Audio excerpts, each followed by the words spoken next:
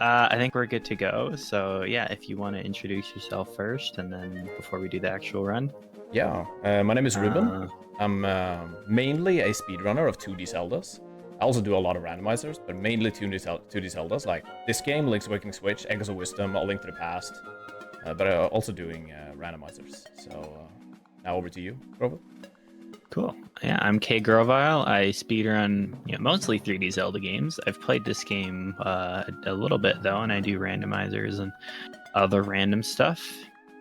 And today we're playing Link's Awakening, glitchless, trying to beat the game without any glitches as fast as possible. Exactly. Yeah. Right, are you ready? I'm ready if you're ready. Yeah. We should. Oh, I should do this. This is the correct way, according to speedruns.com. You need to boot the game. You need to basically leave the game and boot it up again. So let's just do it correctly. And Cool. Okay, ready? 3, 2, 1, go. Bing. All right. Oh. So Link's Awakening Switch, or Link's Awakening Remake, or 2019. This game has many names, I guess. This is any percent glitchless, but it does not mean trickless. We're gonna beat the game as fast as we can, but we're not gonna do any glitches. But there's still a lot of science and tech and tricks and stuff we're gonna do. So it's really interesting, this run. In order to beat this game, we need to collect all the 8 instruments from all the 8 dungeons. We also need to collect the ocarina and a song that is called Ballad of the Windfish. Now, with all of those items, we will head up north to the egg, basically, far north on the island. And when you play that song with all the 8 instruments on the top of the island, you will actually crack the egg or open it up, basically, and that will lead you to endgame. So that's how we beat the game. Now, if you play this game casually, you would know that once you actually enter the egg, the endgame, basically, you will enter a maze first. And for a casual player, the only way to get through that maze is to do the trade quest. So the trade quest is a thing that you do alongside all of the dungeons in this game. And there are 14 steps to the trade quest. And at the very end of that trade quest, you will get something called a magnifying glass. And with that glass, you're able to read a specific book in the library, which reveals the pattern of the maze, so you can actually move on to the final boss. Now, ever since like week 3 or 4, it was found pretty early on. There's a trick called Egg Minute, and we actually did that trick even before the run started. So I'm not going to go into the details on how that works, but you basically restart your Switch, and you boot up the game. You basically boot up Link's Awakening Switch at a specific time, at a specific second, basically. And when you do that, you can actually know the pattern. So the pattern won't be RNG or luck, basically. Yeah. So, yeah. Go ahead. Yeah, no problem. I was just gonna say, so for anyone who hasn't done a lot of like speedrunning or like knows the tech of video games in general, there's no such thing as like actual luck in a video game. The game simulates luck with something called RNG, which is random number generation. And so technically speaking, every time there's a random thing that happens in any video game ever, it's pulling data from stuff you did. Like, okay, you pressed A 3 times here, or you started the game at this time, or whatever, to determine what number it's going to give you. And so for a lot of older games and for this game, we can just start the game at a specific time to make sure that we get the same luck, the same RNG every single time, which is very, very nice. Exactly.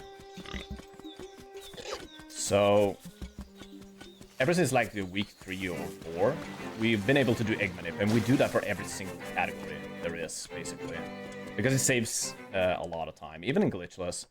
But as of 6 months ago, shoutouts to Owensplat, he found a... So we, all the way up to like 6 months ago, we were actually forced to do the beginning of the trade quest in order to get inside of Canala Castle, which is a part of the trade quest.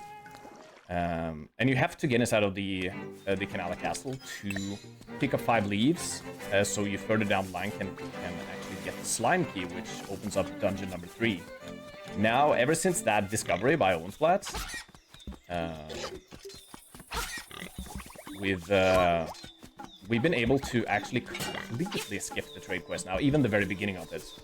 So that new trick saves 2.5 minutes in the speedrun. It's a pretty tricky trick, though. I'm gonna do my best to get it, but yeah.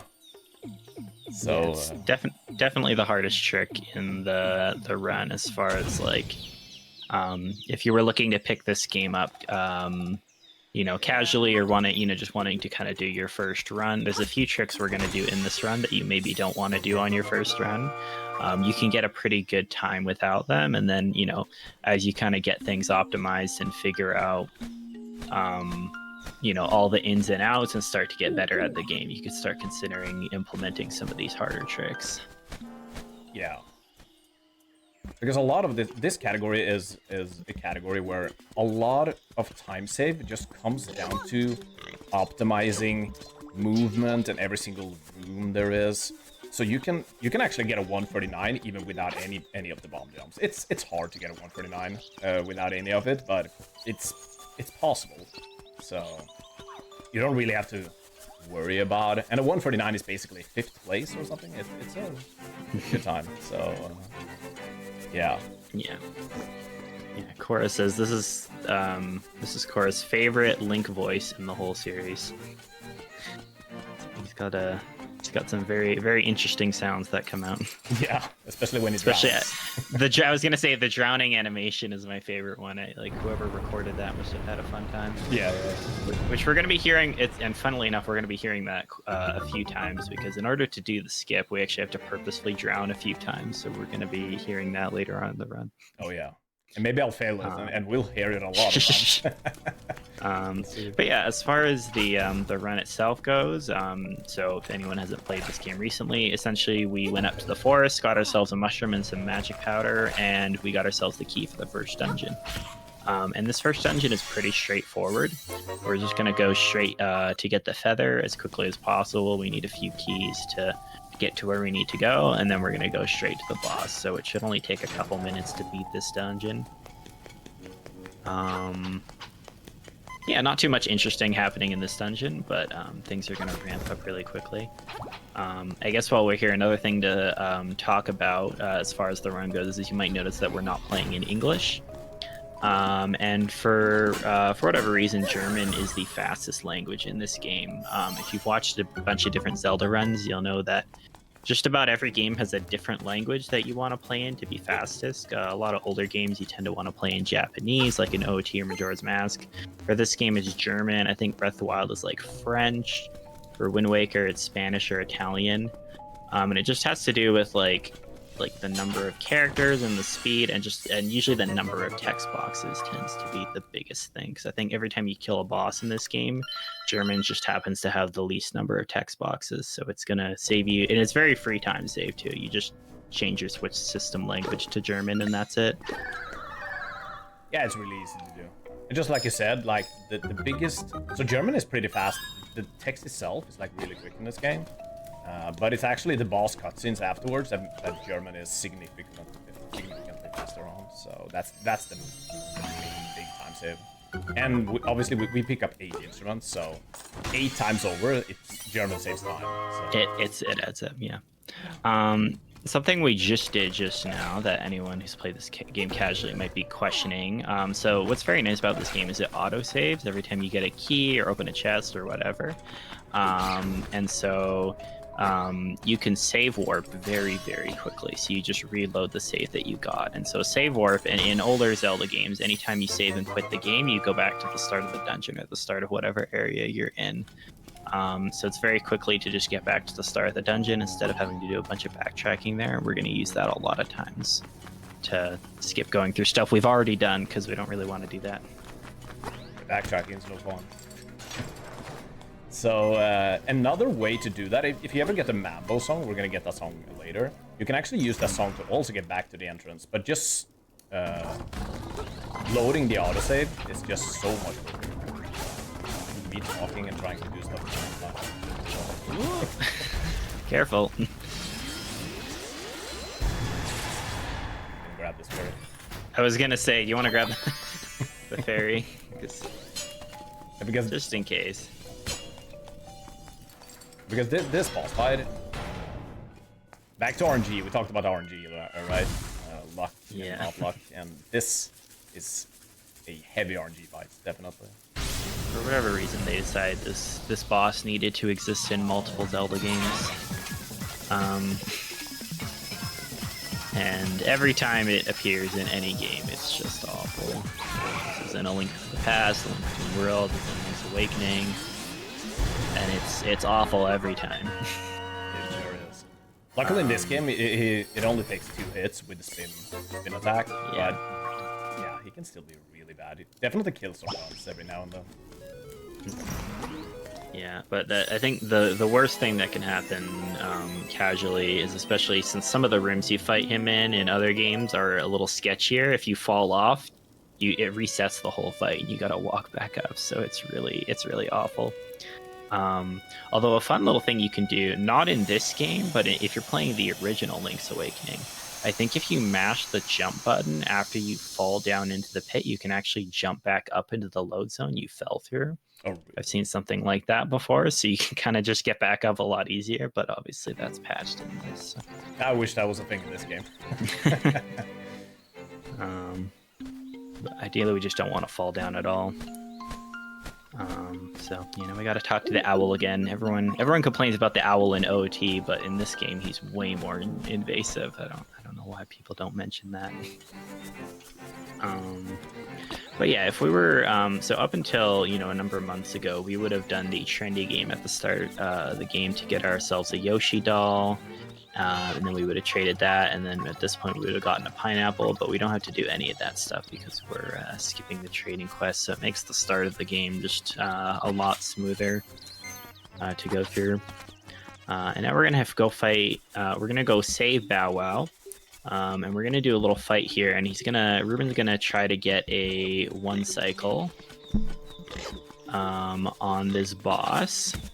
So he's gonna turn on a metronome for a sec. I'm not sure if you can hear it through the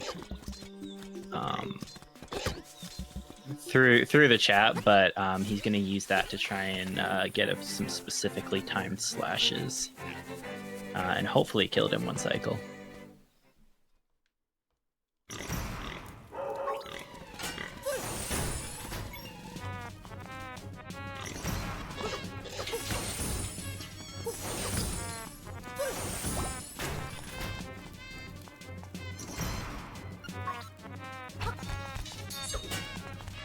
Alright, I think I've lost the feed because I'm on your metronome right now. So I'm watching the Twitch stream now.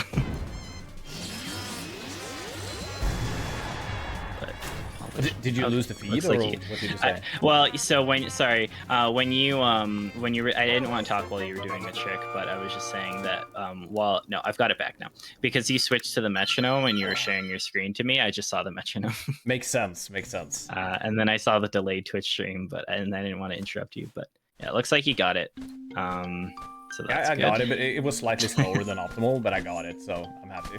Yeah. The RNG in that fight can be really bad if he actually gets away and you don't get the stun wall. You can lose quite a bit of time there.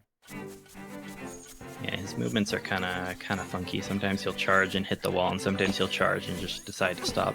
Exactly. And be a jerk. But now that we have Bow Wow, we can head up to the second dungeon.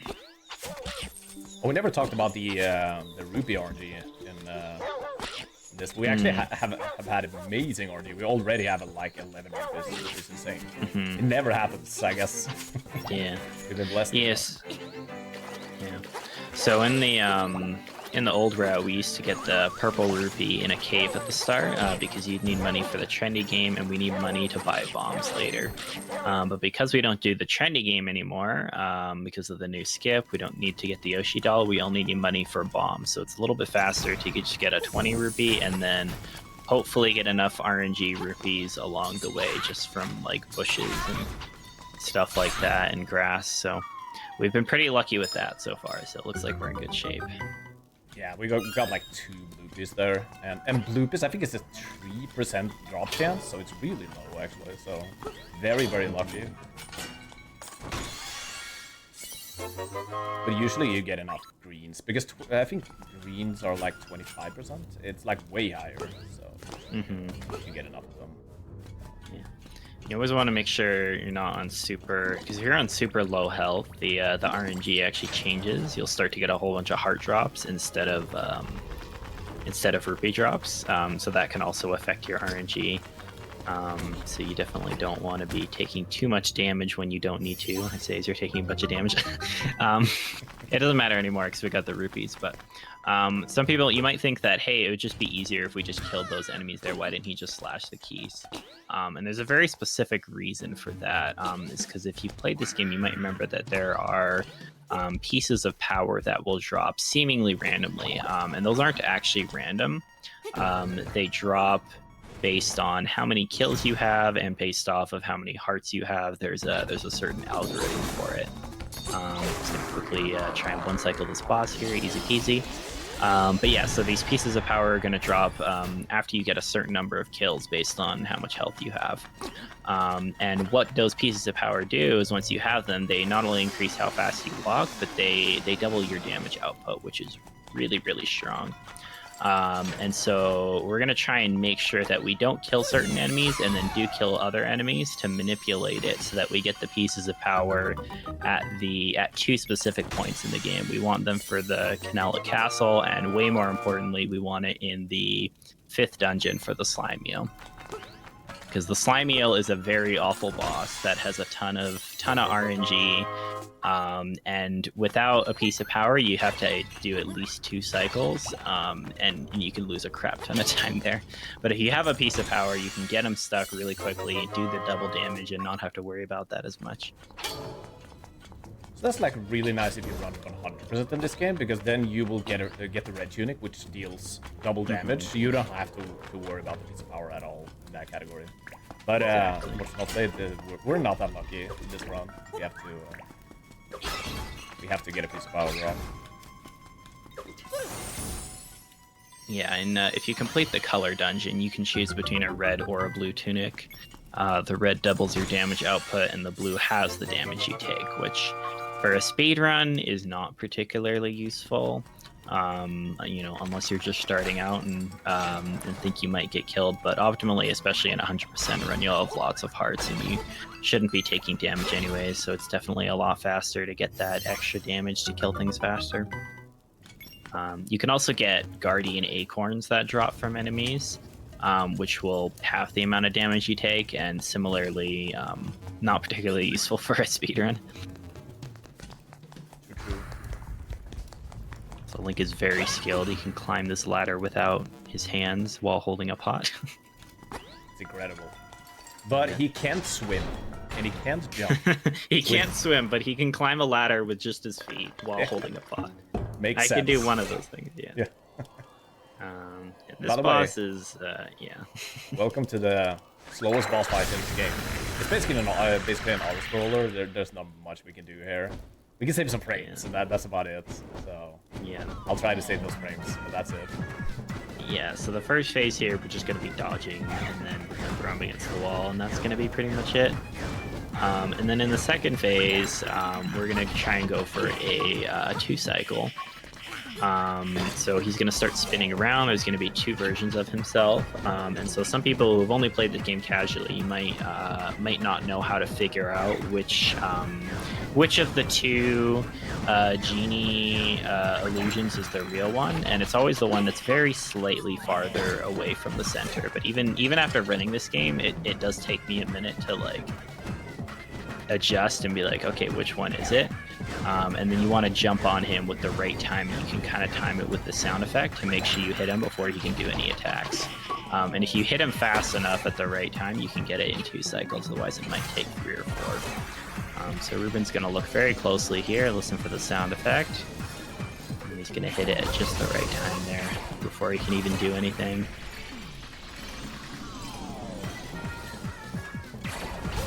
Nice. not super difficult, but yeah, if you're even like just a little bit too slow there, and if he actually manages to throw that fireball or anything like that, then you won't get as many hits, and then it might take you a whole another cycle, maybe 2. I know I struggled with that when I was first running this game the first time. I actually failed it yesterday, so Oh yeah. it's not free, but Well, there you go. Yeah, Ruben currently has the world record for this category and most categories in Link's Awakening. So if you ever fail that, just know that, you know, it happens. It happens to literally the best of us. So. And now we're starting to close in on that hard trick I mentioned earlier. So. Yeah. That is Monk ass. We're gonna do some other things first. Yeah. We gotta.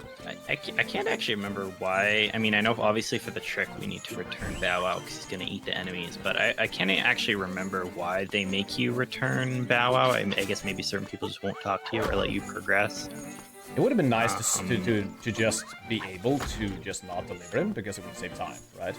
It's kind of slow to do it, but the main reason why you can't proceed in Glitchless is because when you deliver the 5 leaves to Richard to get the slime key in the villa, you can actually not. I don't think you can even enter his house. Either you can enter, then you get chased out, or you can't enter it. It's either one of them.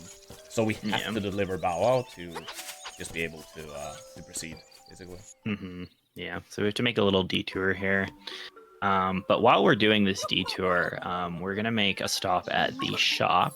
We're going to buy some bombs, like we talked about earlier. It's kind of interesting in this game because 2 of the biggest items in the Zelda series, like the bombs and the bow that you need for a lot of things, in most games you would like find that as a big dungeon item or something somewhere. In this game, you just get both from the shop. Whenever you want. So even though you don't actually need the bow until I think dungeon 6, you could get it. You can get it right now. So we're gonna buy 3 sets of bombs here with the money we had earlier. And then we're gonna steal the shovel because that's a thing you can do. Which is unfortunately going to lead to a little game over here, but that's fine because then we can steal the bow right after the shovel. Because the alternative to taking, to taking this game over would be to grind like over 1,000 rupees for both the shovel and the bow, which I don't think we want to do that. No, that's very time consuming for sure. So yeah. And actually, it's a very interesting thing in this game. I don't know how that is in the originals, but it's actually completely impossible to steal in that shop unless you go to the beach and pick up the sword. But if you pick up the sword, you can actually go and steal immediately after. But it's hard programmed to you have to have the sword, basically. I think because otherwise you might be able to like skip the sword completely because you could just use bombs and bow to kill stuff. Yeah. Which I mean, now that you mention that, it would have been really cool if they just left that. If they left that as is, it could have been like a fun challenge run idea for people. I don't know. Definitely. Just try and make it work, but I don't know. Maybe Rando will program something like that. Yeah, they have actually already. So if you play the Rando, you can choose. Different settings for that. Okay, I'm gonna do this now. Yeah. So Ruben's coming up to, this is the hardest trick in the run here. We're gonna have to manipulate our little friend here. I always forget what his name is. This little green fellow. We want to put him in a very specific position, right in this corner over the water. And once he's in that position, we're gonna jump down to try and manipulate him to move into the right spot. We're gonna do some sword slashes to make him move. And then at a very, very specific timing, we're going to jump and he's going to damage boost us onto those stairs. Now, he made that look really, really easy. But that is seriously one of the hardest trick in this run. One of the harder tricks probably in this game in general, I'd imagine. Because like the precision with every step of that setup, just getting him into the right spot, and then the preciseness of that jump and holding the correct angle after you jump to make sure he boosts you the right way is really difficult. The problem with this trick is it does leave you at low health. Yes. Which means that it's not dying here is not the worst thing ever though. You just respawn here and you can pick up the leaf, so it's not too bad. luckily. Yeah, it's not the worst place to die. But yeah, so normally the way you get to this castle is you do the first 3 steps of the trading sequence. You talk to the monkey, which is what we would do before, and then, but yeah, we can completely skip that now alongside our RNG minip. And there's our piece of power drop, just as planned. So that's going to help kill some of the enemies here, but more specifically, there's a big ball and chain guy on the 2nd floor that normally takes about 10 hits, and he's only going to take 5, so it's going to save quite a bit of time there. And we're going to run really fast with this piece of power, which is pretty nice because we don't have the Pegasus boots yet.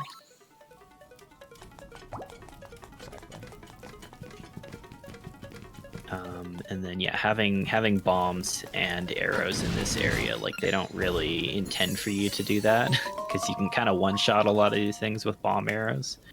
I don't know how you're supposed to figure out bomb arrows. Does somebody tell you, or because you can just?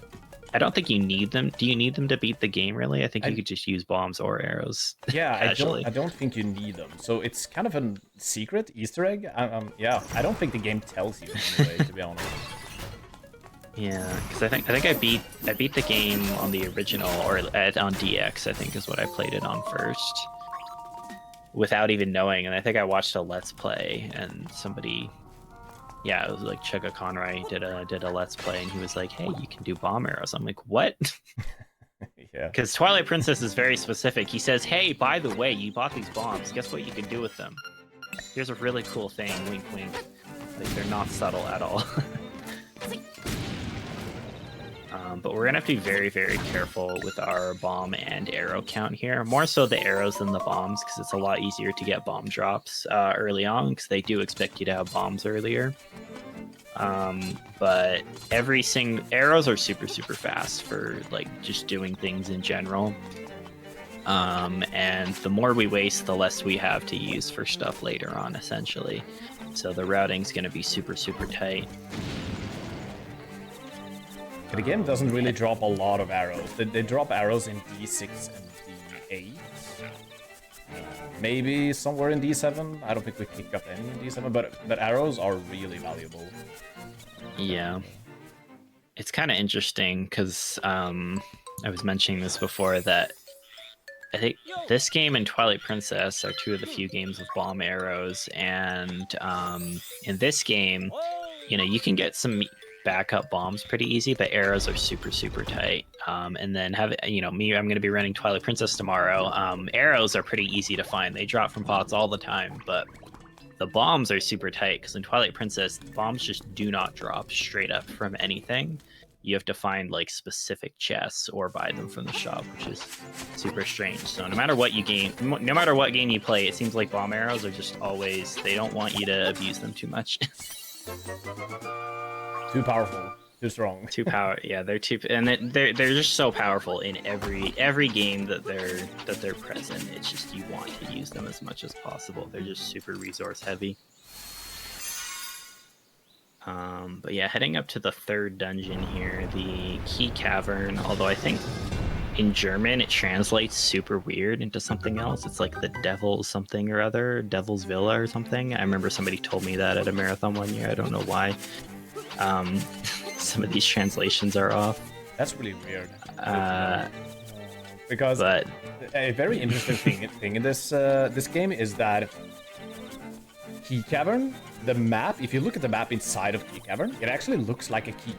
So why you would translate to anything else than key? Yeah. But yeah, Key Cavern, we've done this in the other dungeons, but especially in this dungeon, we're going to be skipping a lot of rooms.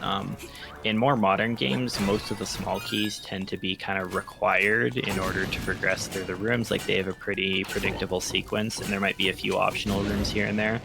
But with these older Zelda games, there's a ton of optional rooms and a ton of optional keys, like places you don't have to go, which makes the routing kind of fun, just deciding, okay, which ones are fastest to get, which rooms can we skip, what order do we want to do them.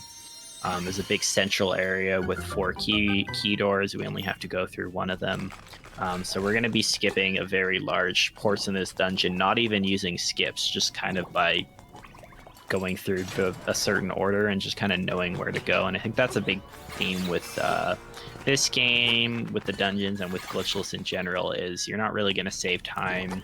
I mean, you're going to save some time off tricks, but you're going to save the most time just by knowing where to go, having your movement be really tight, knowing how to kill things fast, just going from point A to point B, that kind of stuff. And a good example of that right here in this room is you're not supposed to realize that that's a bombable wall until later on because it's not cracked. But, you know, because we know what to do and we played this game before, you can just throw a bomb there and, yeah, do this a little faster. Right here is an RNG boss. We'll see if they cooperate today. So far, so good.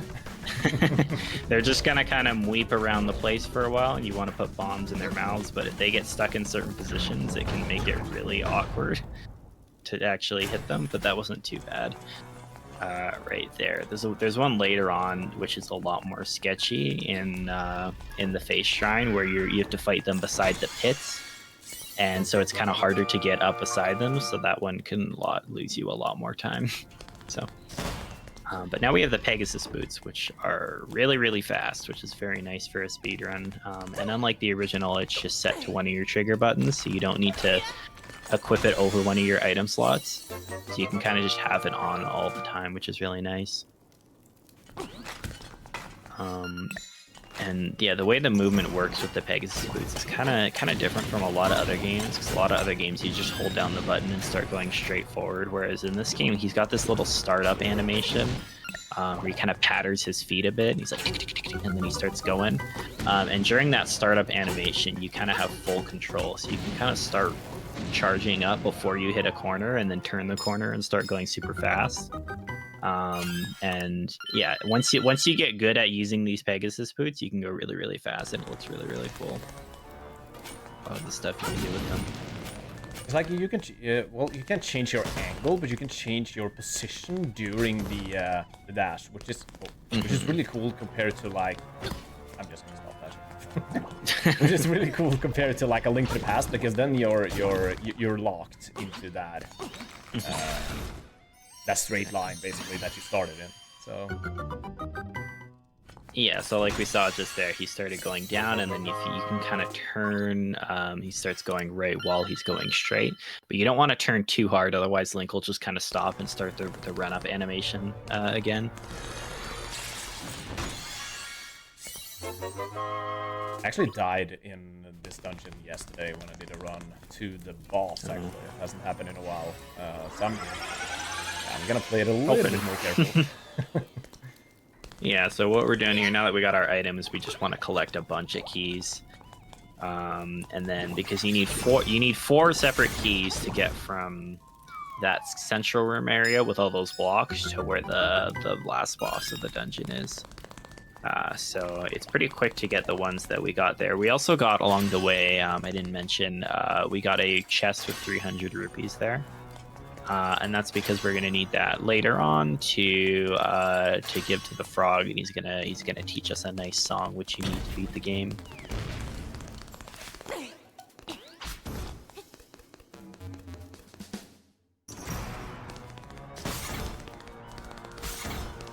I always struggle with these enemies casually. I didn't realize you could just kind of dash them and they die instantly. Coming up to this boss right here, though, what we're going to do is we're going to use the boots to kind of cut him in half. And then ideally we want to kill one of them before the other one jumps up, and then kill the other one as soon as he jumps down. If we get really lucky, you could potentially kill both of them before one of them jumps, but that's kind of RNG depending on where they get positioned, because they kind of just move around where they want to move. Yeah, not quite there. So we're going to let it hit him here. And then you can actually do a little bit more damage, either with spin attacks or with dash attacks with the boots as opposed to regular slashes. So you just kind of charge into him there and he dies really fast, which is really nice. Yeah, because when you do damage to something, a lot of times in this game, you get bounced backwards. But that's actually really good for this boss, since when you dash, you damage him with double damage, and then you get pushed backwards a little bit, and then you just dash into him again, which is, yeah, really quick and fast, so... Yeah. Yeah, and you're gonna see that again later with like the some of the Hinox fights. Now that we have the Pegasus boots, because you just charge up to them and bounce off, and before they can even get a chance to attack, you just bam, bam, bam, dead. Yeah. It's pretty funny. So now we're heading off to Animal Village.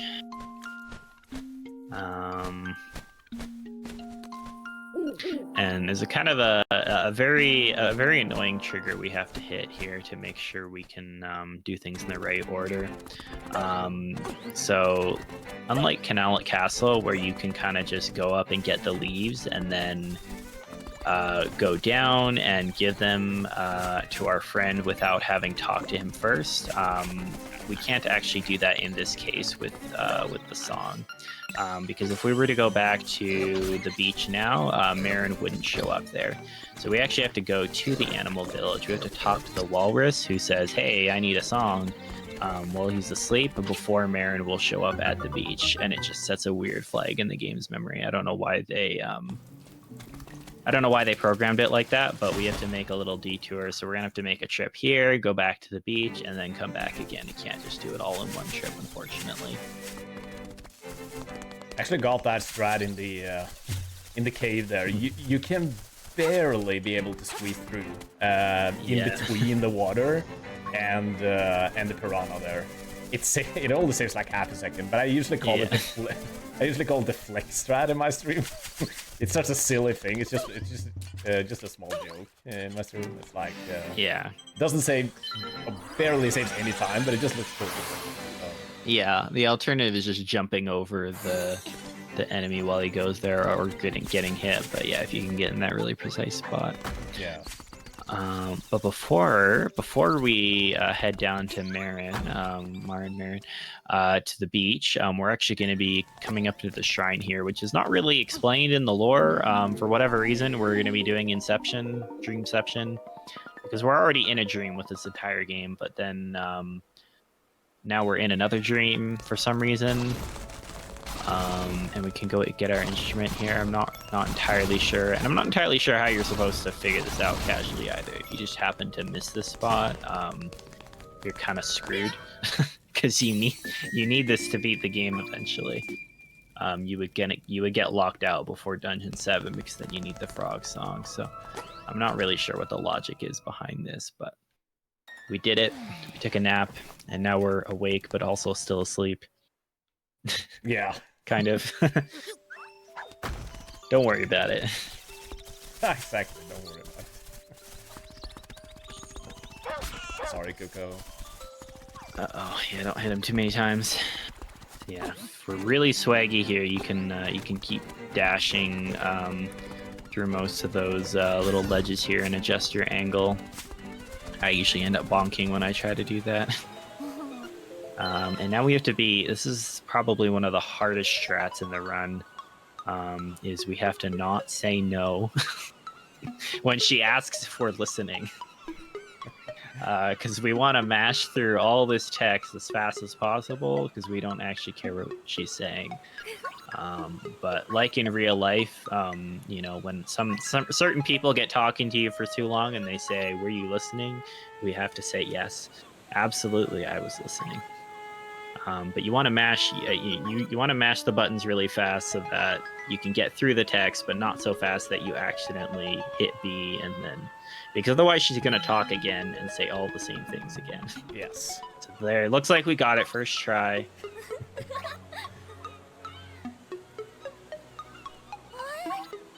It's kind of it's not the only game that does that. We talked about this earlier. Like Ocarina of Time has the same thing in with Zelda in the courtyard. If you don't tell her what she wants to hear, yeah, you can't proceed the game. So, and this is not the first instance with Marin where that's the case.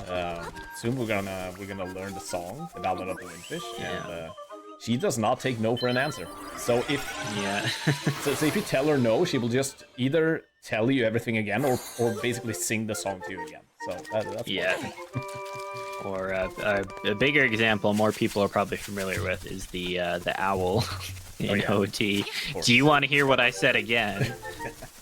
Or did you get all that? He decides to change it up every time so that you have to hit yes or no, and he keeps flipping it, and it's just like You actually have to pay attention. Reverse psychology. Yeah. It's it hurts the brain a little bit. But yeah, now we can wake up this walrus. I was always confused casually because I think you can learn Ballad of the Windfish earlier in the game, and then I tried playing Ballad of the Windfish myself for the walrus, but that doesn't work. He has to listen to Marin sing it, which is kind of strange because it's the same song. I always remember being upset at the game for not letting me do that.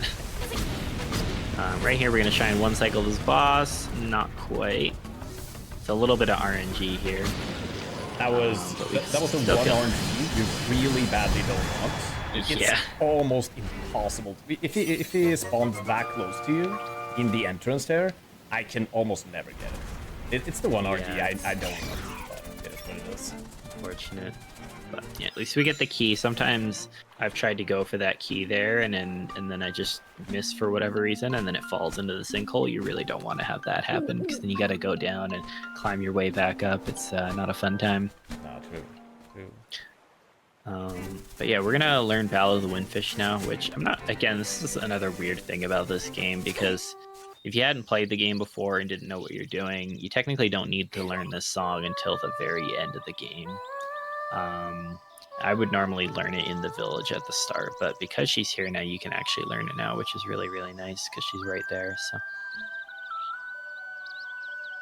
gonna make sure once again that we hit yes, we keep the song in our heart or something like that. Yeah, it's like she asked us, can you remember the song or whatever? And if we tell her no, then she will actually get mad, and she will sing it to us again. So yeah, that's just you weren't listening. No, right. Okay, we made it. Hardest trick in the game. We did it. All right. Whew.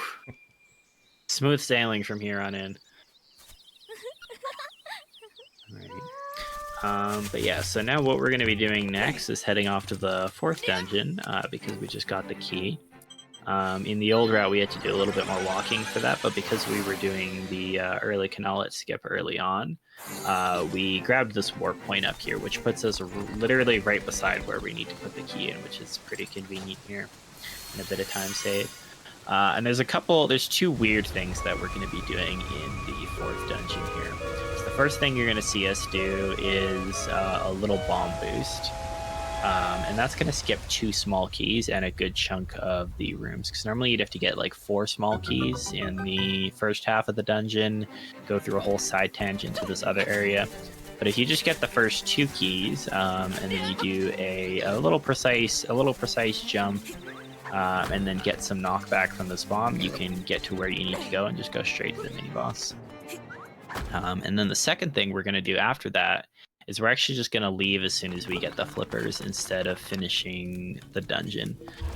Because most of the dungeons in this game, you actually don't need to complete them in the intended order, even though they're numbered from 1 to 8. Because generally speaking, the only thing you need to get to the next dungeon is going to be the dungeon item usually. That's the only thing blocking you. So we're just going to leave, and we're going to come back, and we're not going to finish the 4th dungeon until the very end of the game. And you might be asking, why would we do that? That sounds kind of inefficient. Is because normally when you beat Dungeon 4, this ghost will show up and he's going to start talking to you, and he won't leave you alone. And you have to go with him to his house and take a big long tour, and then he gives you a bottle, you go to his grave. It's a whole thing that you just don't want to do. And it loses a ton of time. But by doing Dungeon 4 last, if we finish it last and then warp straight to the egg, we can actually avoid that from happening if we do that fast enough, so that's pretty nice. So yeah, grabbing our 2 keys here. Grab a bit of health, because we're going to need to take some damage for this trick. And then, yeah, so then he's going to do a little bit of a precise setup. Normally you can, normally in this game you can only look in the 8 cardinal directions. So like up, down, left, right, and then the diagonals between. But sometimes in certain corners you can kind of mess with your angle a little bit. And then if he gets a very, very precise angle here, he's going to throw his bomb, have it land on the block, do a bit of a setup here and a jump, and then that bomb's going to knock him down to that other side. So even though this looks like that same part of the room, it's actually normally you can't access that until way, way later without another key. So, and now we can go straight to the mini boss. And another shot he's going to try and do here, he's going to do some spin attacks and some dashes. With some very specific timing to just kind of stun lock this guy into the corner, and looks like he got that perfectly. Definitely the hardest mini boss in the game. This one is yeah. It probably I think it is a lot harder than it looks. It doesn't look that bad, but it's really tricky in my opinion at least. I feel it a lot, so we got it there. Yeah, got that perfect. Got the bomb boost first try.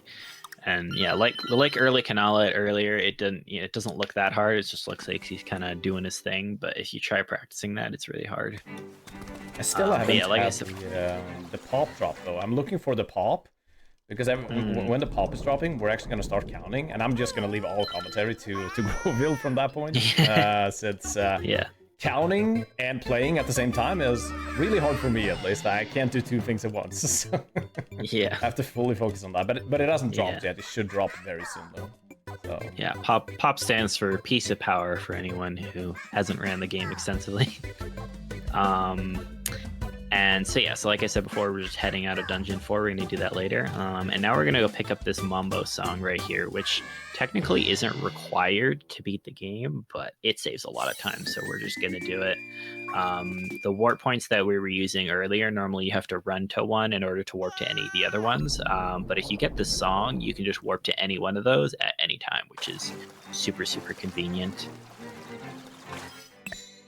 In the original game, for whatever reason, that song would only warp you to Mambo's Pond, which is one specific area, and none of these other warp points existed. There was a few different ones that you could just walk into, and they would cycle between them, but those were completely separate from the Mambo song. So they made fast travel much, much nicer in this game. These days getting involved with pop. Back in the day we used to call it soda. Well, we still call it pop here in Canada, so that's a different thing. But yeah, so now normally we go straight to Dungeon 5 here, but you can actually go and fight a mini boss here to get the key for Dungeon 6. And we were talking before, neither of us are really sure why the route has it in this order. It might just be an equips thing. It doesn't really matter if you do this part here or after Dungeon 5. Yeah, I guess it's just nicer to have this done early. I don't know. And normally this part is where you get a big lore dump and you'd learn that, oh, the island is all a dream and it's not actually real. And that would happen after this mini boss. You talk to the owl, but if you get the key from this mini boss, you can actually just warp out. You don't really need to listen to the owl's spiel and do that entire cutscene because we already know what's going on. We played this before, so we're just gonna beat this guy up and see you later, pretty much. So we just gotta break his shield, and then he goes down really fast with some arrows there. Okay, so we have 8 kills so far, and the pop will drop on... The next pop will drop on 32 kills plus the maximum amount of hearts we have, which means 37 kills, basically. So that's why I'm counting and focusing on that, basically. And as Grobel said, we want a pop drop just before the next boss. So, yeah. Yeah, for sure. Yeah, so for the boss of the dungeon, it's pretty tricky because not only is it a lot of RNG, but he's really annoying and fast, and there's a lot. The fastest way you want to kill him is going to be with the piece of power drop to get that double damage. But you also the timing is going to be very tight, even if he does get it, because he needs to get the kills, get the piece of power, do a trick to get to the boss room, and then defeat the boss before the piece of power runs out. So it's pretty crazy tight timing there. But before we do that, he's just going to be going through the first part of the dungeon here, killing some enemies, and we're going to be hunting for this skeleton guy. And I'd say this is probably one of my least favorite dungeons. Maybe not casually, but certainly for a speedrun, because you kind of just gotta chase this guy around the dungeon. You gotta fight him 4 times. I feel like, you know, once or twice would have been enough, and it's kind of just the same fight a bunch of times. And right here, we're beside you. You have to fight him in a very specific order. So we're right there in the place where near where the 4th fight is, but we have to do them in a different order. So we got to do some backtracking later. Yeah, Link is wearing flippers in the water. We just got the flippers like 5 minutes ago from the 4th dungeon, but we didn't finish the 4th dungeon. Something I was mentioning last time I did a commentary for this is that one of the best items that has never really come back in any Zelda game from OOT is Ferrere's Wind, the spell.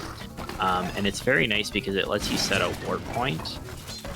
And then you can come back there at any time. And I've mentioned how it would be so useful in so many other Zelda runs, especially glitchless runs, and very much in this dungeon. Because there's a ton of backtracking. We save warp about 5 times to keep, you know, going back and trying to get to where we need to go. But if you could just set a warp point and then return to that warp point, it's not something that's used a lot casually, but for a speed run, we could have set it the first time we went near that 4th room there, and then we could have kind of set it in the middle after that to kind of you skip a lot of backtracking, a lot of save warping. So I'm not sure why they haven't brought that back in any other games or something similar. Uku is not quite Ferrere's Wind. Uku works a little differently. In theory, it could have some useful applications, but it doesn't really end up panning out. The way Uku works in Twilight Princess is it takes you completely out of the dungeon, and then it allows you to return to the same room of that dungeon. So, but the problem is if you walk to the start, if you walk through the entrance to the dungeon, Uku will just meet you there. So it doesn't really work quite as well as it does in OT. Like if you were in a really big room and you just wanted to go back to the start of that room, I guess you could do that, but it never really ends up working out. You can also death warp in Twilight Princess, because in Twilight Princess, if you die, you just go back to the start of that same room instead of the start of the dungeon. So I use Uku for practice saves, pretty much, because I can just be outside of the dungeon and go to any room that I want and have that loaded up for a save files. But yeah, anyways, back to the dungeon. So he's been fighting all these skeletons. You could save a little bit of time with bomb arrows, but it's not really worth wasting the arrows. We're just gonna drop the bombs as soon as we can and slash him. And then it's going to take 3 hits with every one of these bombs, and then he's just going to kind of go down. And this is our 4th kill. We've been chasing him all the way around the dungeon. He's been kind of a jerk, but now he's finally dead, and he's going to give us the hook shot on that 4th time here. So now that we have the hook shot, we're going to do, you guessed it, another save and quit for like the 3rd time. And now we're going to get, we're going to go ahead over to our boss key here. And normally you would need to get an extra small key, but we're actually going to be skipping that because you can do another little angle trick, kind of similar to what I was talking about with the bomb. You can kind of mess with your angle and do a very precise hook shot from the room before the boss room in a very precise way in order to kind of skip that. So we're going to come down here and head over to our boss key. I haven't been keeping track of the kills. I hope he has. Hoping for that piece of power drop right before the boss room. We should be good. Should be good. You never know. Yeah. Sometimes this just doesn't work. It's I don't know. Sometimes I can't even know why it doesn't work. But I think we're good. We're at 34 kills, which means that I want 1 more kill, and we should be able to force it. So we'll see what happens. Alright. We should be good now. So as you can see, let's say you're at your number, you don't want to get in more kills, then enemies suddenly spawn right in front of you and just block your way. Yeah. So No, it's the same thing with the shadow beasts in Twilight Princess. Like as soon as I don't want them near me, they start rushing me, and then when I do want to kill them, they're like hiding in a corner. it's never what you want. It's always the opposite. So there we go. That's our piece of power. So now we're on a timer before the piece of power runs out. We're gonna do a very precise setup here with this hook shot. And we got to do it fast, otherwise we're gonna not be able to get the one cycle. Wow. Okay, this is yeah, I messed it up. I messed it up. I don't think we're gonna get it. No. Sad. It is what it is. Sedge. This trick is so weird. I feel like for me, it either works pretty much instantly, or it ends up screwing up for like several minutes. It's just, yeah, there we go. I haven't failed that unfortunate in forever though. That was, yeah. All right. It's tricky because unlike some other tricks, it's not as easy to have like a very here's a nice precise setup. It's kind of like you just have to eyeball it and hope that you got the right angle. You know, the tiniest input of the stick kind of messes with it. So it's a very much like a trick that goes by feel. Yeah. So now we're gonna have to hope for some really good RNG here. We want this guy to spawn on the other side of the room from where we are, but with the eyes, so that we can actually hit him, because if he spawns without pupils, you can't actually hit him. But sometimes the tail can just be in a bad spot and it can hit you, or you can spawn in a weird place, but oh, that was pretty good RNG, but then it hit him. Yeah, that was almost good. That was almost the best RNG you can get given the circumstances. And then the timing is super tight too, because like after he's opened his mouth there, you pretty much can't get him anymore, which is really whack. I don't know what they were thinking of this. And then yeah, you just have to kind of follow the tail around the room. He can spawn in any of the 4 places, so it can just be really rough if he decides to not cooperate, or if he keeps spawning without pupils like he does now. That's like, I don't know if that's implied that he's in a different state, or if that's like a different fake slime eel. I don't really know what the logic is there, but the point is you can't hit him when he does that. You just have to wait. So at least we got to show off how terrible this fight can be if you don't get the piece of power all the way in. That's usually what happens right there. So yeah. So if we had had the piece of power that very first time that he pulled the eel out, it would have been dead right there. We wouldn't have had to worry about all that other cycles. So you can see without the piece of power, that's like a minute difference there or something like that. It's pretty crazy. Yeah, it is. And it was unfortunate because, just like you said, I had really good RNG there. I just barely got hit by the tail, and then obviously, yeah, it is what it is. It is what it is. But yeah, now we're gonna head over to Dungeon 6, which doesn't really have any like crazy tricks, but it is pretty. There's like a lot of little things that you gotta do. It's very similar to, I was gonna say, like Earth Temple and Wind Waker, where it's like lots and lots of like just every single room. Here's a small strat you can do, you know. And there's some RNG we have to deal with as well with the enemies. And so yeah, hopefully we can not mess it up. And then the boss is also pretty can be a little bit tricky. We're gonna want to try and go for some fast strats. And the most scary thing about this dungeon by far is the boss. Like everything else is like you can beat it a lot of time. Like when I grind for world record, this could very easily kill the run, but just because I bled a lot of time, not because anything killed it. It's just yeah. It's like, yeah, here's a couple seconds here, here's a couple seconds there, that kind of thing. And then it adds up to 25 seconds, and then it's just, yeah, rip. That's over. It's not as consistent as some of the other areas, just because the enemies are all over the place doing what they want to do.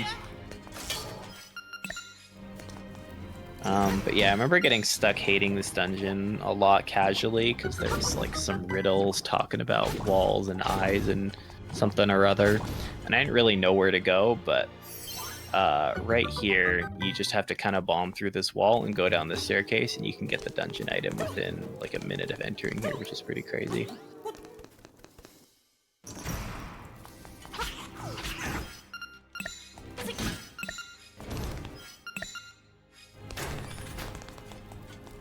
And There's our power mitt, Titan mitt, power bracelet, something other. One of those things. Yeah. I don't know what it's called in English. It's like in German, it's like the starkest Kraftarmband or something like that. Yeah, that. Every game they change it. It's like, okay, Goron bracelet, golden gauntlets, power bracelet, Titans mitt, Titans something atom. Exactly. They keep you on your toes.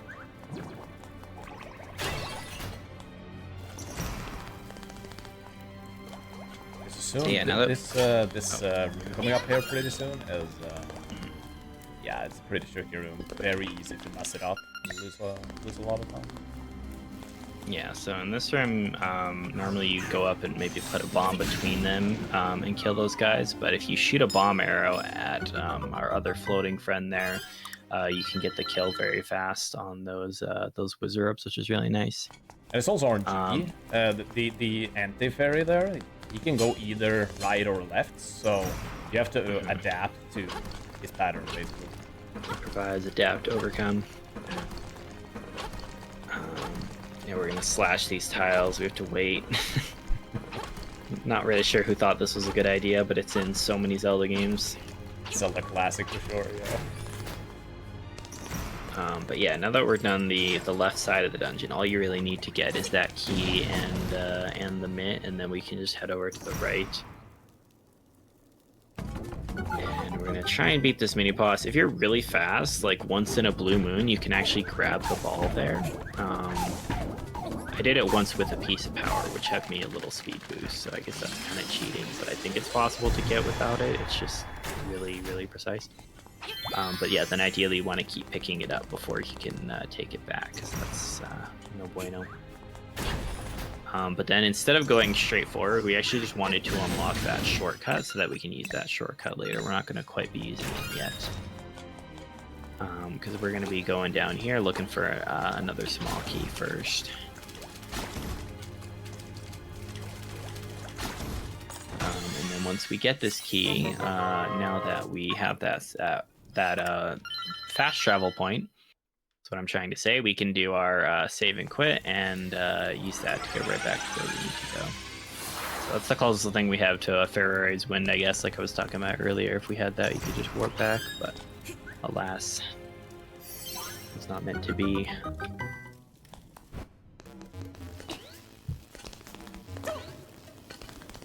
Luckily, we have that mini boss warp though. At least I'm thankful for that one. Yeah, we use that multiple times here actually.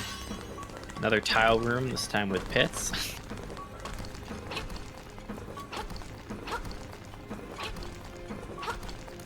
This one is quite tricky though. It actually takes some practice to do this optimally. But it's yeah, you want to break them as fast as possible so they're not flying at you, and I think breaking them faster makes the next one come up like a little bit faster. It's like a tiny difference or something like that. At least with the final one, for sure. You really want to make sure that you... I don't know about the in-between ones, but at least for the final one, you obviously just want to get it away immediately. I haven't timed the in-between ones. I actually... Maybe I should do that someday, just for fun. But anyways, it's just nice to have something to do. So even though it doesn't save time, I'm still going to do it, because... Exactly. Keeping my hands warm, basically. All right, yeah, and those enemies in the last room just go down if you play the Battle of the Windfish. Again, I'm not sure how you're supposed to figure that out, but I guess that's an Easter egg. And then another RNG fight here, which if this one goes bad, it's way worse than the other one because we got pits over here, and it can be harder to recover if they're stuck in a really weird spot. Hopefully, okay, that wasn't too bad. That was pretty good. Could have gotten a lot worse, yeah. Yes, definitely.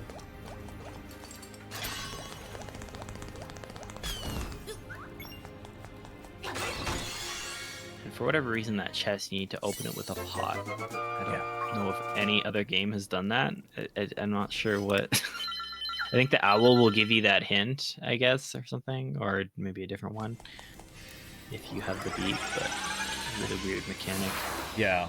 I've never seen that mechanic in any, and it's the only one in this game too. Huh? Yeah. Yeah. It's like very unique. Very interesting. Yeah. So yeah, we're gonna come up to the boss next, which can only be damaged by bombs because it's in the floor. So we're gonna be using some bomb arrows as things fly at us to kind of set the bombs off quickly, so you don't have to wait.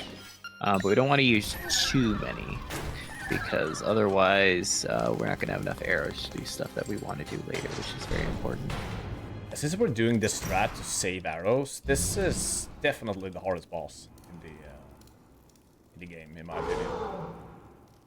Quite tricky. Someone tell those Goombas to go back to their own game series. Yeah, we haven't mentioned it much, but there's a ton of Mario enemies in this game for whatever reason. I guess because of the time it came out, they just wanted to do a crossover thing. But that has not really been much of a thing since.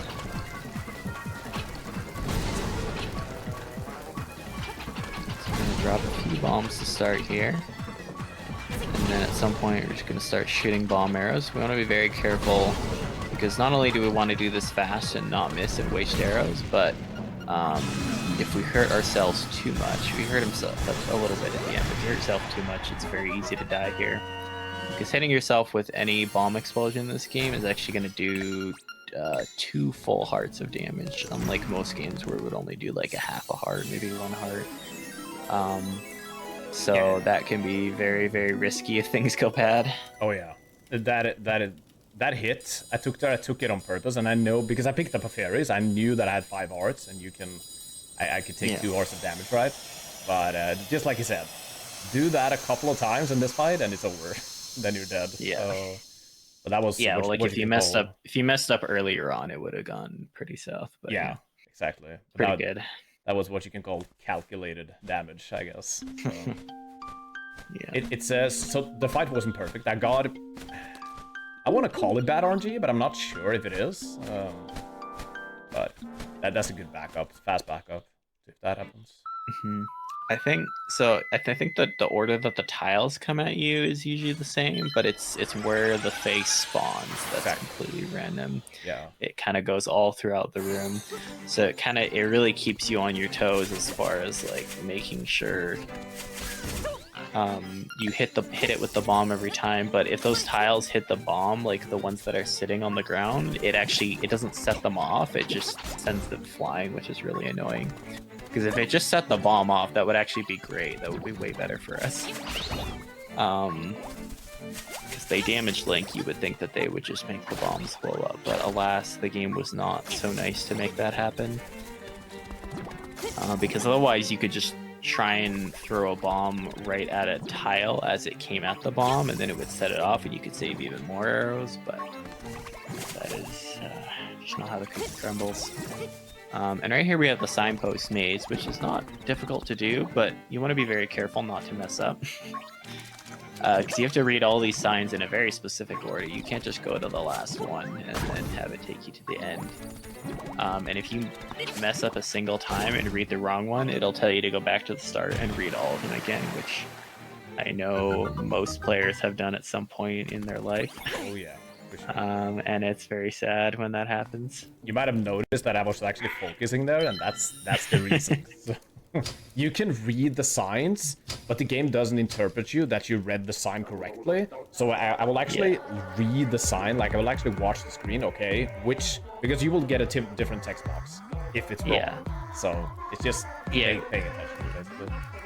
Yeah, because if you try to read it from like the back or something, it'll say like the text is on the other side or something. Yeah. You want to look for the arrow that says go this way. Exactly. And that can also happen from the side. It's not like you have to read the sign from the back, but if you read it too far on the side sometimes, then... Yeah. It's super weird. But yeah, now those 300 rupees we got earlier coming into play here with that lovely performance. And that's going to be used 2 times in this run, because we're going to be awakening our rooster friend, and then we're going to be using it to awaken the turtle before Turtle Rock. And this rooster is kind of neat. There's a lot of cool glitches you can do with him, but It's really unfortunate that you can't skip him because you actually only need him for one room in the entire game, and it's just a very crazily shaped room, basically, because all the other places where the game wants you to use the rooster, you can get past with precise jumps. But there's this very awkwardly angled room you just can't get through. However, in the original Link's Awakening, because the jump mechanics are different, I think it is actually possible. It's just super ridiculously difficult. But if we could find a way to just get through that one room and get to the key for Dungeon 7 without this rooster, it would save a bit of time.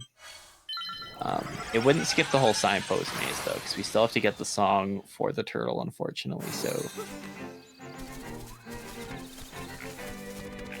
yeah, but not even in any percent we are able to skip that easily or anything. The thing is that you can actually clip inside of the D7 tower in any percent, but there's no loading zone there, so it doesn't help you. Same thing with the egg. yeah, I think it was like day 3 or something. That was like really, really early on. People were able to clip inside of the egg, but there's no loading zone there, so nothing happens. It's just dead. Yeah. So imagine if there was a loading zone there. That would have been, yeah, insane. Yeah, it's interesting how things are programmed in a lot of different games, because some games will have like doing certain actions will trigger a loading zone, and some games have loading zones there just to begin with, but then, you know, they have other stuff kind of in the way. And then some games kind of have a mix of both, and so it's kind of just luck of the draw. You know, what they happen to program in this specific area on whether or not you can do a really cool trick or not. Exactly. You know, and another good example of that is in a lot of older games, you can skip boss keys for dungeons just by clipping through boss doors because the load zones are always there.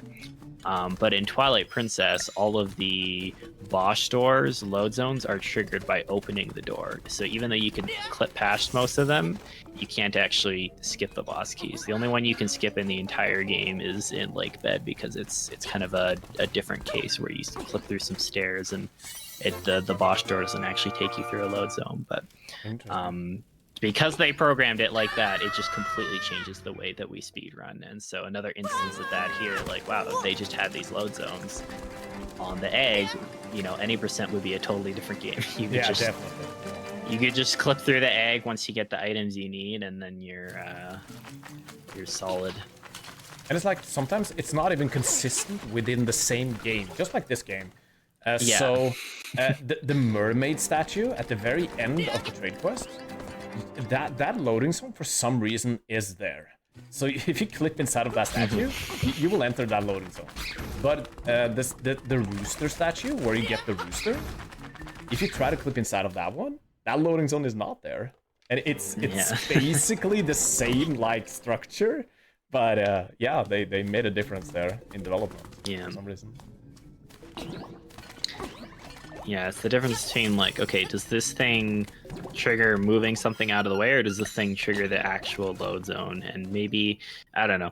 I guess anyone who's done a lot of programming might say, like, okay, whatever you can get to work first, the easiest way is probably what they're gonna do.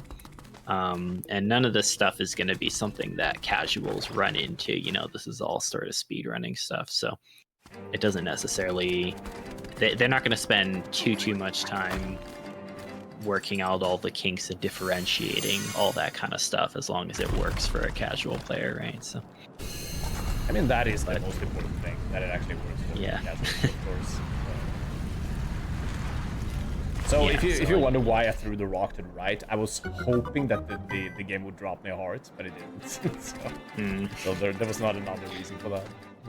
Yeah, unfortunately, he's at a really awkward number right now, because at 1.5 hearts, I think the drop rate is the same, or at least a little lower. But once you get down to 1 heart or half a heart, the drop rate of hearts from pretty much every, like, grass and enemies and stuff, it spikes quite dramatically. So if he was if he had taken a little bit more damage before that, you could actually get more hearts faster, I think. Yeah. And I learned that when doing early Canalid a lot, because I was wondering, like, why am I not getting more hearts? And then once I figured it out, I'm like, oh, this is way easier if I just make sure I'm lower health before I start cutting the grass.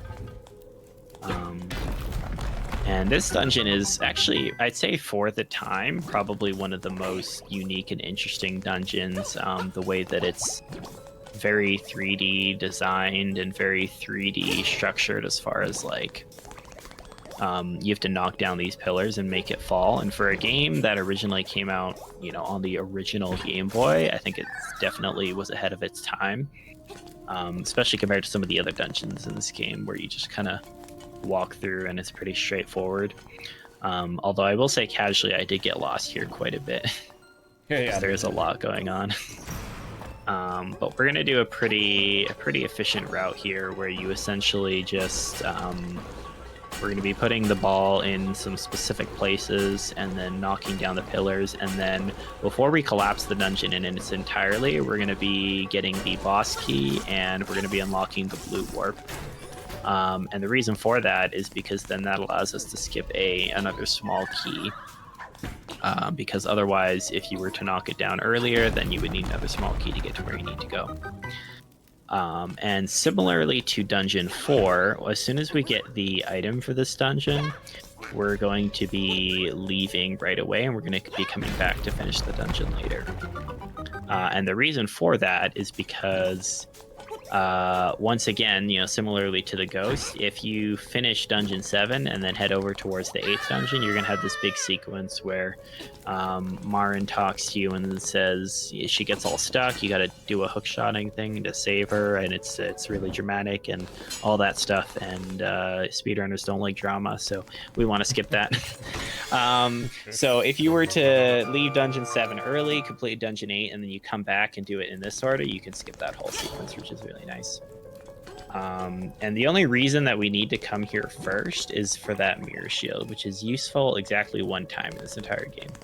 Because there's a little flame jet between here and the 8th dungeon that you need to get through. Like, without that, we could literally just go straight to Dungeon 8 first, and it would be so much more efficient. But because of that, we have to do it in this order.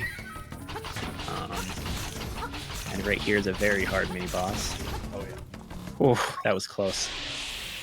You can there is a faster strat you can do there. I've stopped doing it because I lost a very good run to it. It's not that strat is insanely tough either, but if you mess it up, it gets so bad. Because they will spawn in different patterns, and yeah. Right. So it can get tricky, for sure. Yeah, whenever deciding to implement a strat into a run, you know, there's the difficulty to consider, but then there's also the, you know, when does this happen in the run, right? Because a really hard strat at the very beginning of the run, like something like early Canelid, is definitely worth it because of how early on it is, and it saves about 2 minutes. A medium difficulty strat that doesn't save a ton of time and is very close to the end of the run, because this is pretty deep in, you know, then at that point you might want to wait and say, well, maybe this isn't actually worth going for.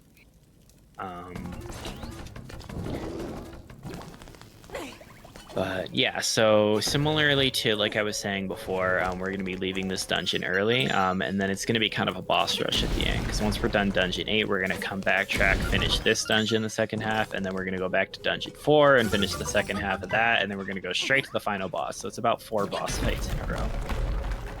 So it's going to get a little bit crazy there, a little bit scary with the hearts as well, because if you take too much damage on just about any of them, it's yeah, it's not fun. Just to Grovel mentioned, Grovel mentioned that the risk reward system when it comes to speedrunning, right?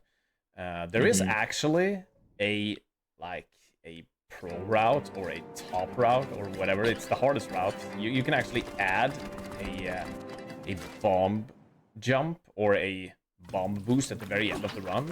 The problem is that it only saves like 15 seconds, 15-20 seconds at max. And then you actually don't split D7 with that trick. You will actually delete D7 and go to D8 and then do D4. But again, like we talked about, it's like for 15-20 seconds, and it's very, very late in the run. For me personally, it's just not worth it. You know, considering the pressure when you're on PB base this late, and also the RNG, especially in late game, yeah, It's just Yeah, like unless you got to a point where it's like, okay, you've pretty much got everything else in your PB, and that's like the only thing that could potentially give you another PB. But you know, there's always lots of other little things you could save time on that might be better.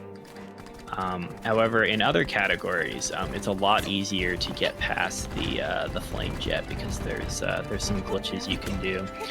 So you don't have to do a sketchy bomb boost, and you don't have to split Dungeon 7 in half, which is really, really nice. But yeah, unfortunately, we can't do that here.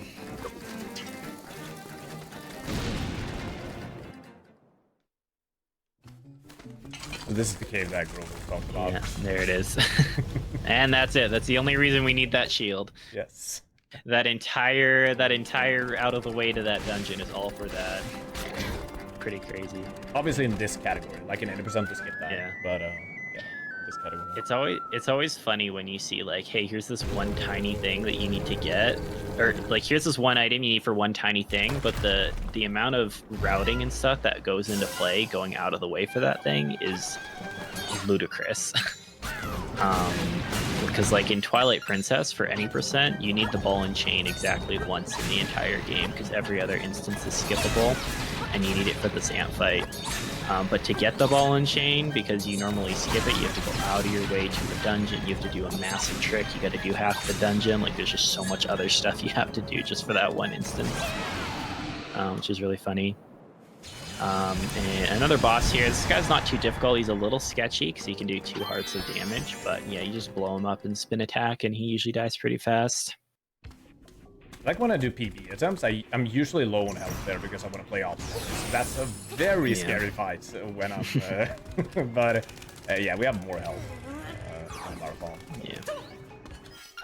Yeah, so this is the only category I think where you'd really do a good chunk of this dungeon, because I think in any glitched categories you can use the Hinoxes. They're very, very abusable in order to just kind of fling you to the end of the dungeon and skip pretty much everything. But here we're going to be going through in a pretty efficient manner. It's a pretty large dungeon, but you can skip quite a few rooms if you do things in the right order, and you can even skip some mini bosses too, which is really nice. But we're essentially going to be gathering up some keys. We want to make sure we hit that crystal switch early on, because normally you wouldn't find out about that until later playing casually. And then we're going to want to get our magic rod. And coming up to the top of the dungeon here, there's going to be some walls that I don't even think they're cracked, or maybe they're kind of just hard to notice because they're across a gap. But you would never be able to figure those out normally unless you've played before. Because I think this first wall here is like, you're supposed to maybe figure that out from the other side as like a shortcut. I don't really know. But yeah, because we know what to do, you just bomb arrow and go through there, and now we've kind of taken a very nice shortcut all the way up to this key here, which is very nice. And then we're going to be doing some little short detours here just to get some arrows, because the time it takes to get these 2 arrow drops is very much worth it for the amount of time that we're going to save. Because arrows, just like I said before, do so much damage. They're very, very convenient for killing things fast. We're going to want to use some of them for the eagle, and we're especially going to want them for the final boss. So. And now we're going to be heading up to our first mini boss of the dungeon. There's going to be 3 that we fight, even though we're skipping some.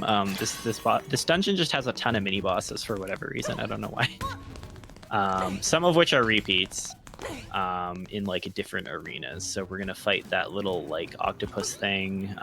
He's coming back. We're gonna fight another Hinox. This guy is kind of new, I think. Essentially, we want him to do a charge attack, which he's not doing right now. He's kind of being a troll. And then if you do some very well-timed slashes, you can kind of just stun lock him against the wall, which is very nice. Very, very scary fight, because it's like, you can get bad RNG, and if you don't stun lock him, it's actually pretty tough to do.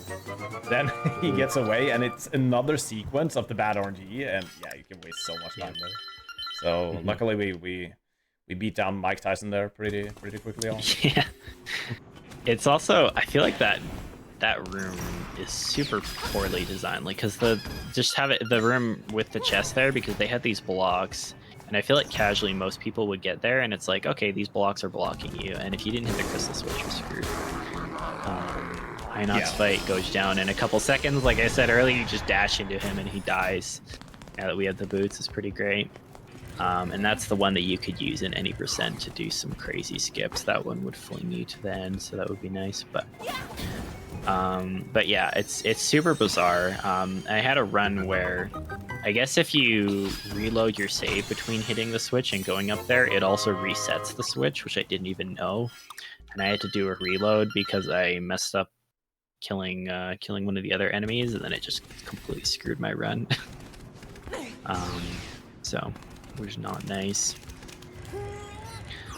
But yeah, now that we got our magic rod, we're gonna get another key here, and then we're gonna head over to the boss key, and we're gonna be fighting another mini boss. So this is gonna be the same guy that we stun locked before in the 4th dungeon, except he's gonna be in a completely different arena.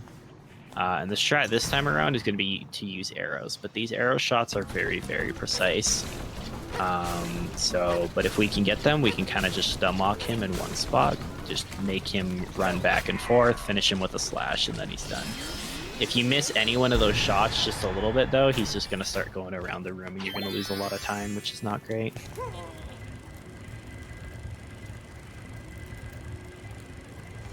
And then these puzzles here can be a little scary, even though they're not difficult. If you just slightly input the wrong direction once, you have to reset these whole puzzles every single time, which is not great. Also, thank you, Moogle, for the raid. Hope your stream went well. And there's our boss key. It still hasn't happened, but I still have nightmares failing that room, so you can like easily lose like 30 seconds. So yeah.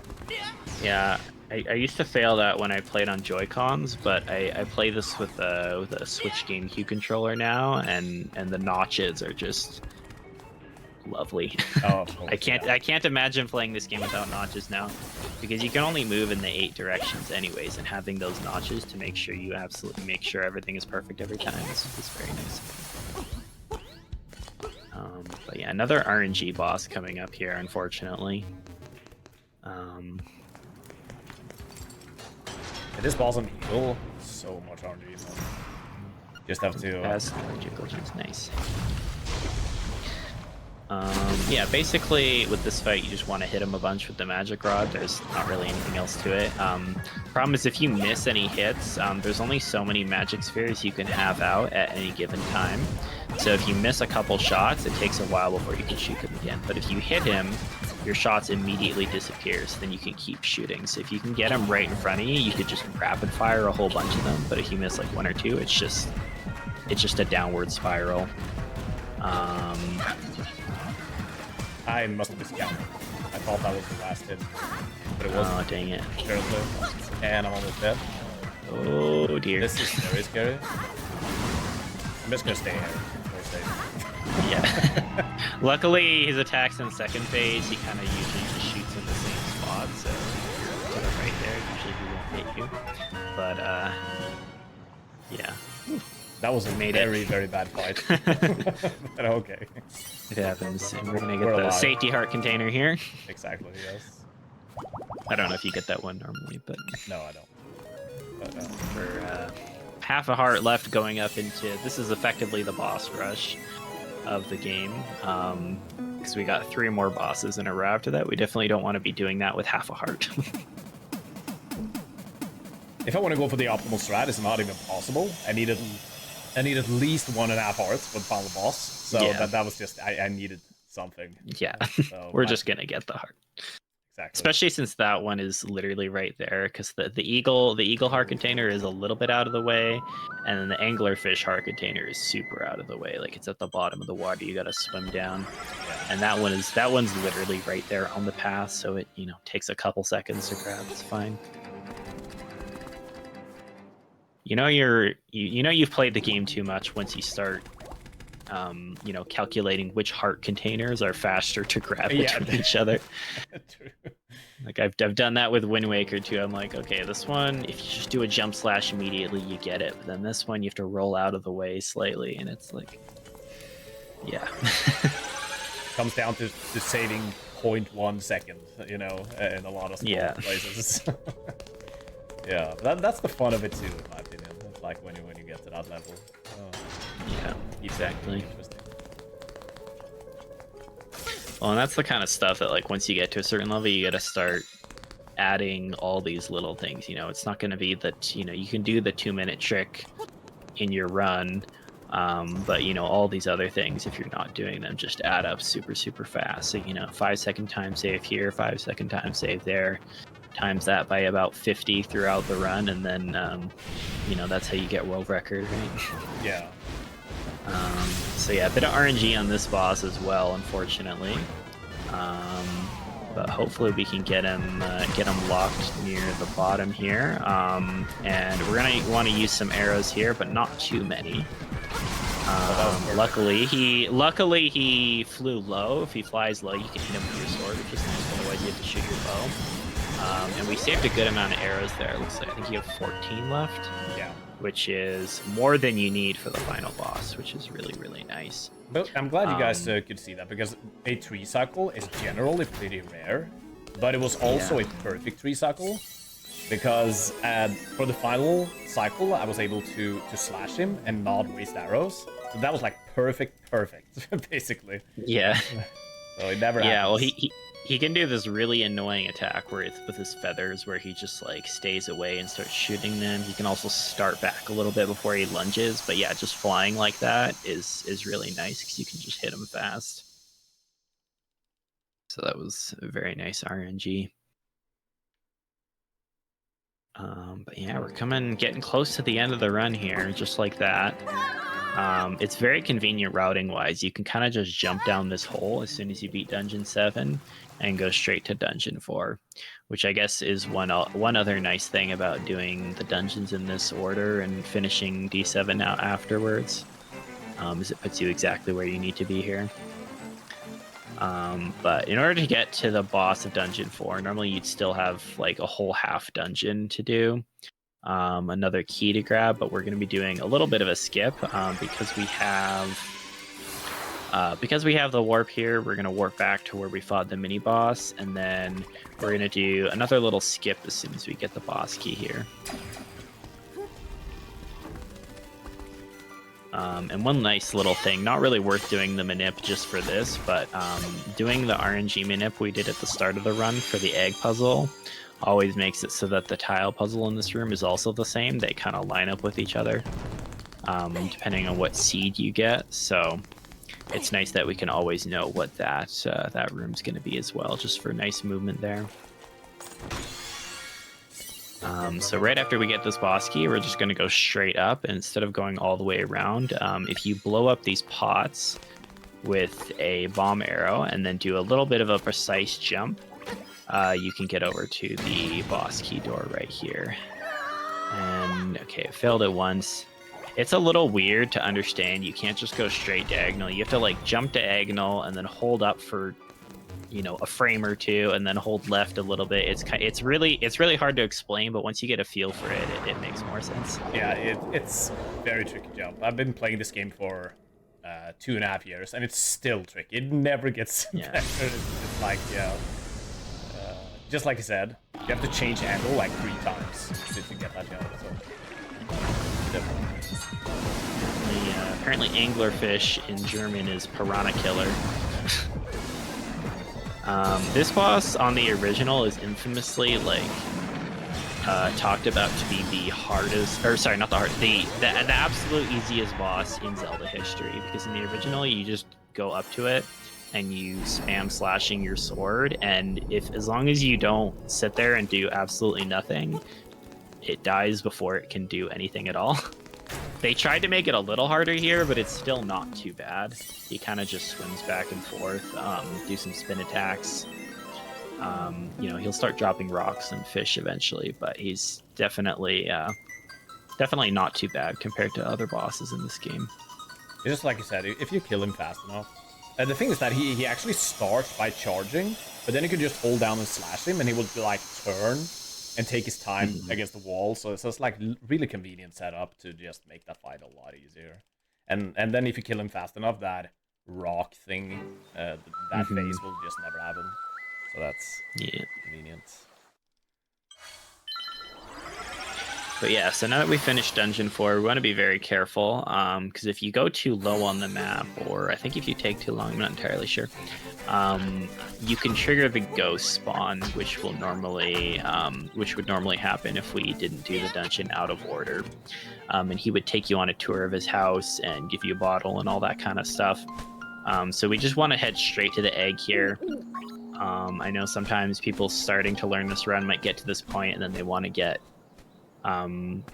you know, like a potion or something for safety, and then if you go down too far, then you spawn the ghost, and it's just a bad time. So if you want to get one of those things, you know, make sure you do it before you beat Dungeon 4, if you're starting out this run.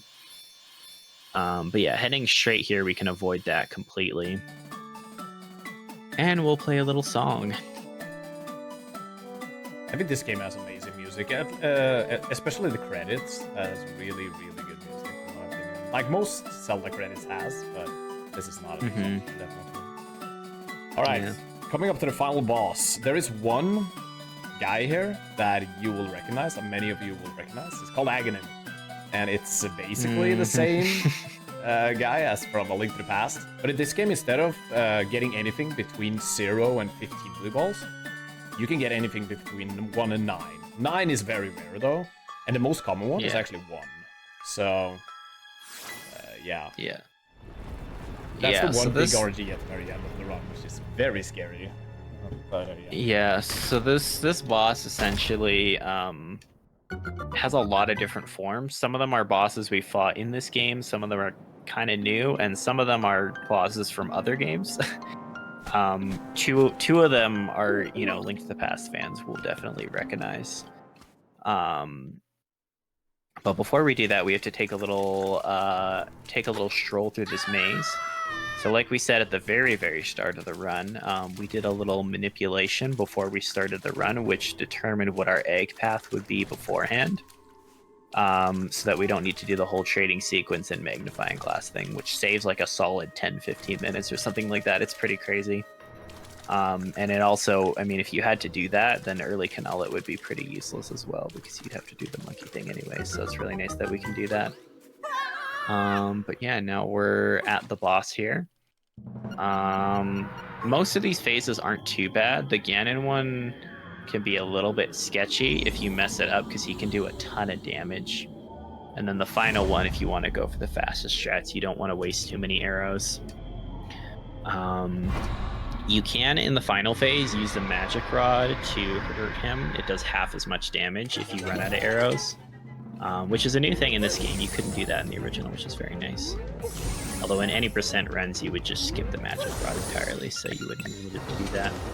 But yeah, this first phase, very easy. You just drop some magic powder, use a little blob. And then this is the phase that Ruben was talking about before. So the first, what Aghanim will do here every time is the first hit, he will always shoot a red ball, which you can reflect. And then after that, he has a chance of shooting a blue ball or a red ball every time. And so what you want to do here, the optimal strat, is to do a jump and a slash. And what that will do is if he shoots the red ball, you'll reflect it. If he shoots the blue ball, then it'll just miss you because you jumped, so you won't take unnecessary damage there. Looks like we got 3 blue balls so far, which is not great. But it could be a lot worse. Okay, that's 4. Could have been worse. All right, four blue balls, so not 1, but not 9, so that could have been a lot worse. And then this phase right here is just like our first boss, Moldorm. However, unlike the original Moldorm, his hitbox is way different. You can just spin attack him in the corner, which is nice. And then right here is Ganondorf, so if you can hit him with 2 very quick spin attacks at the perfect timing and do a charge attack there, you can kill him before he does anything. Otherwise, that's a very long phase. And then this phase is another pretty simple one. You just spin attack him a bunch. So pretty good fight so far. Coming up to the last phase here, though. we're basically just gonna wait for him to open his eye and shoot. We have some extra arrows, which is really nice. You can normally get 2 shots in very, very safely and easily, but you can go for a triple shot strat, which can potentially save a cycle. If you could, but the timing is a little bit precise to get those. Yeah, I didn't get it. The timing is Right. like, there's a setup to it, and then you have to like, it's kind of mashing, but at the same time it's timing. It's weird. It takes a lot of practice, and sometimes I just don't get it. It is what it is. Yeah. All right, time's coming up as soon as he goes up the stairs, and there's time. All right, GG's. Thank you I so don't know much. what the final time is yet because the GG's. stream is behind, but Let's go. I think it was a 1:38 something. Cool. So definitely not bad for a marathon run. Yeah, the one 1:38, big 41. time loss was definitely D5, Slime Hill. That was probably the biggest one. Otherwise, yeah. Yeah, if you gotten that was like almost a minute there. Yeah, for sure. It's pretty crazy. But yeah, still 1:38.41. So Nice. Nice. pretty good. So yeah, GG's. Jeez. Wes is gonna let us know how much time we have left, but I'm assuming we're pretty early for our time slot. So if you want to showcase some glitches, we might have time for that before we head out. Yeah, definitely. Should we just go ahead and do it immediately? Or Yeah, I guess so. the only thing I can mention, we didn't talk that much about this, but if you feel like you kind of want to look into this speedrun, maybe pick it up yourself.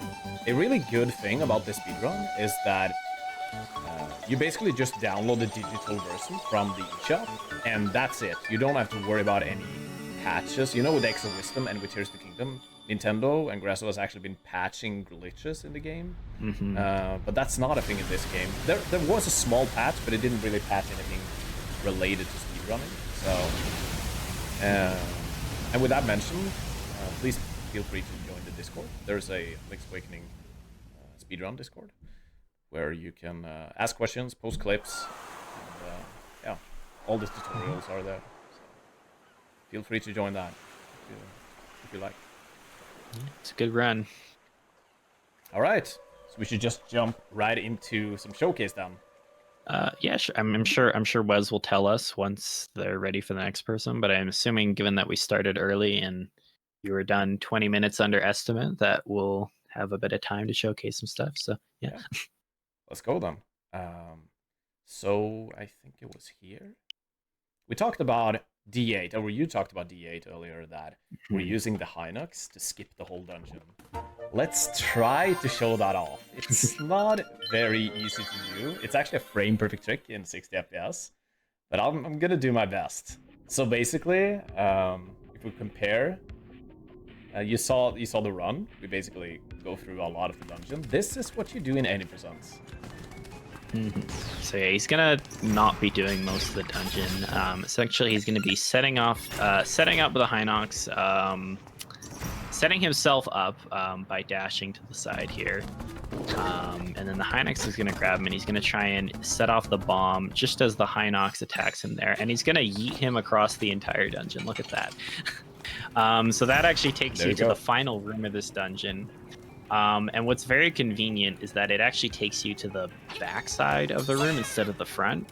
So you don't even have to fight the boss. Because if it took you to the front of the room, you'd need to get the magic rod first to beat him. But yeah, because the boss doesn't spawn at all and it doesn't close the door, you can just walk through there. So in any percent, you just do that and then you get it, and that's it. Yeah, That's pretty fun. I think my gold in that split, from entering to picking up the instrument, is like 33 seconds. It's like insane. It's really stupid. So we obviously have the mirror shield now, but the flame cave skip is actually an 80%. You can skip that. You remember that flame cave with the torch in the cave, and you can actually skip that by doing this. This is also kind of tricky. I'll do my best to get it. But I have not seen this one. Yeah, we got it. There we go. That's it. That's how you skip it. Then you get on top of here, and obviously the cave is over there. That's the intended way to go to make it up here. But with that clever jump on the invisible wall, you're able to make it up here. So did they leave like an invisible ladder up there, or like what's the mechanics going on there? Like how is it that you're able to climb into that spot where you are? So they just left like some invisible collision there? Or? Yeah, for every single like wall in this game, there's actually 2 invisible walls, and there's space in between them. So if you watch the 80% speedrun of this game, we're actually doing a trick called early D6, which is, I don't want to talk about it, how hard it is. It's brutal. But what you do is basically you're jumping between these 2 walls, and there's a gap in between them, right? So you jump from wall to wall to wall and make it into the back door of D6. And it saves 3.5 minutes in 80%, but it's insanely tough to do. So, yeah. So and is there like, yeah? Oh, sorry. Go ahead. No. Go ahead. I was just gonna say, so as far as you being able to climb up to that invisible wall, so is there another invisible ladder on top of that other ladder, or like are you manipulating the mechanics so that you can somehow go, like how does that work there? Yeah, so there is I don't know how that really works with the air climb. I don't know if anyone does, but it's like almost like you're duplicating the ladder so you can climb an invisible ladder upwards, and then from that height you can actually jump and make it on top of the invisible wall, which is its own thing basically. And the invisibles are really tricky to like maneuver on. If I let go of shield there, I'm just gonna wait out. So take a look at this, and this happens and I'm down. Oh. So the game really doesn't want you to be up there. Let's see if I can actually land in between the walls as well.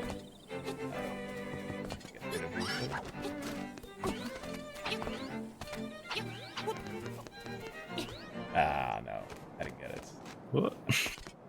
So that's sliding on top of the invisible wall. That's also something you do when you do LED6.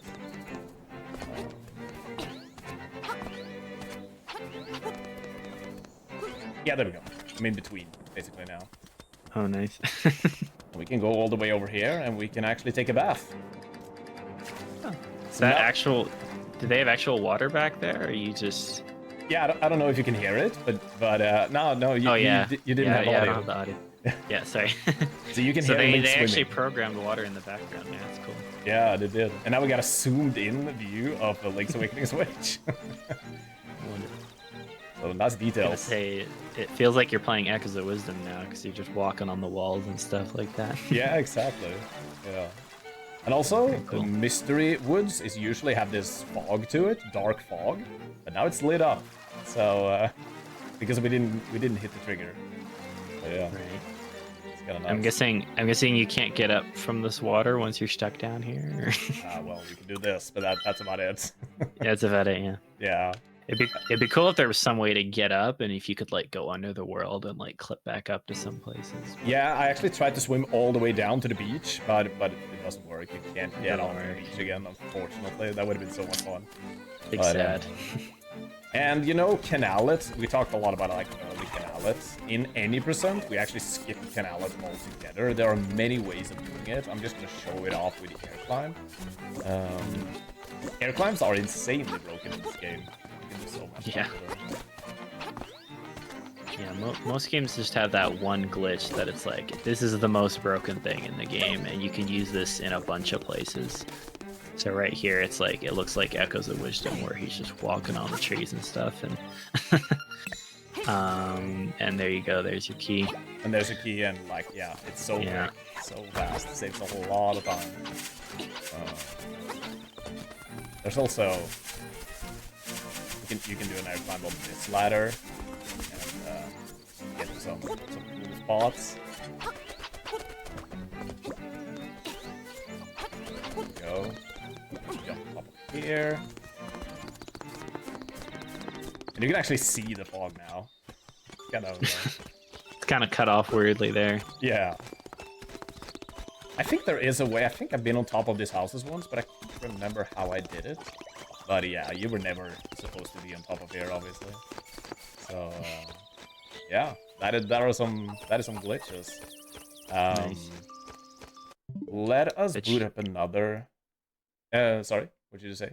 I was gonna say, I bet you somebody saw a speedrunner doing that on the development team and was like, "Let's do that for Echoes of Wisdom." Yeah. Just walking on the trees. Let's just let them do it, because Yeah, they're gonna do it anyways. exactly.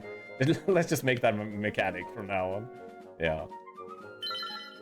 Okay, let's put up this file. This is not gonna be showcasing any glitches, but just cool stuff. So we barely mentioned this in the run.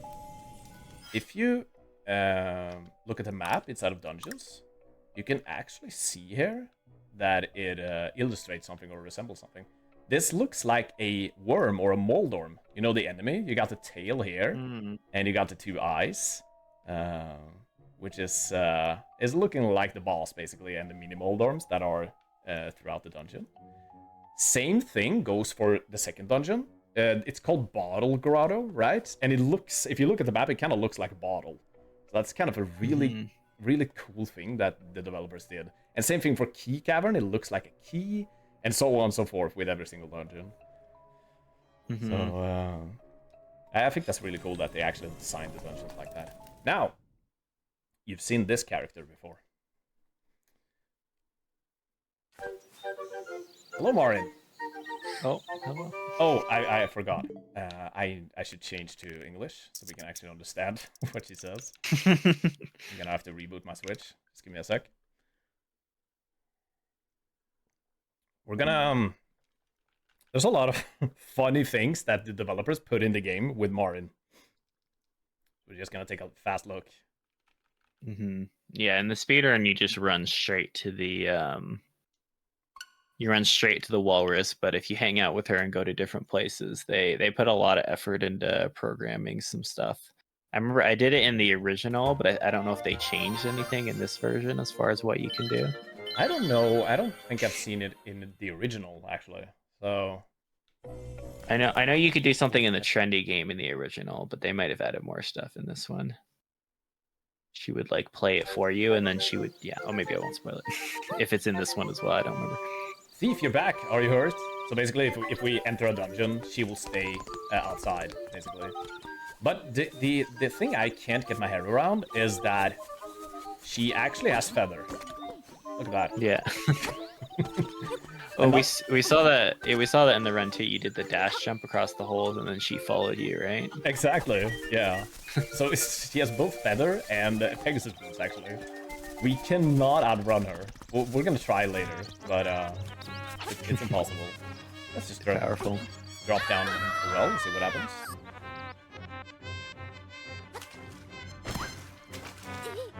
Ooh, what a surprise! Oh, I'm sorry. Okay. Yeah. I think that's pretty funny that they put that in right there. I don't know, is that in the original? I don't know if that. The only one I remember from the original, I think, was the trendy game. Oh yeah. You could do stuff with her. And take a look at this. Oh no, poor hand, stop that. Let's continue and see what happens. Uh-oh. Oh, I skipped the dialogue, sorry. Oh. Let's I think if you reset. I unfortunately just kept on mashing. Let's do it again. Too fast. Alright. Oh, poor hand, stop that. Let's continue. Haha, do it more.